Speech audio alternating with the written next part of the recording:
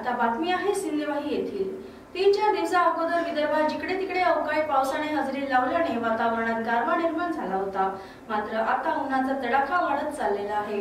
2 दिवस सलग तापमान हे सामान्यपेक्षा 4.5 अंश सेल्सिअसने अधिक वाढल्यास त्याला उष्णतेची लाट आल्याचे संबोधले जात आहे। यंदाच्या हंगामात उन्हाळा सुरू झाल्यापासून अवकाळी पावसानंतर तापमानात कमालीची वाढ होत असल्याने उकाडा असह्य होत आहे। चंद्रपूर उष्ण जिल्हा म्हणून ओळख आहे। शहरी भागासह ग्रामीण भागातही उन्हाचा तडाखा वाढला आहे। वाढत्या उष्णतेमुळे उष्णतेची लाट येण्याचा संशय व्यक्त केला जातो। हल्लीच्या घडीला तापमान 38 अंश सेल्सिअस गाठले असून त्याहून अधिक जाण्याची शक्यता आहे। दुपार सुमारातील उन्हात बाहेर फिरणे टाळावे असे आरोग्य तज्ञांकडून करण्यात येत आहे।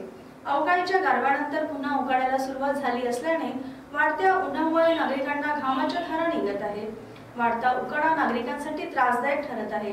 अति उष्णतेमुळे नागरिकांना उलटी, चक्कर, बेशुद्ध पडणे, उष्माघात असा त्रास होण्याची शक्यता असते।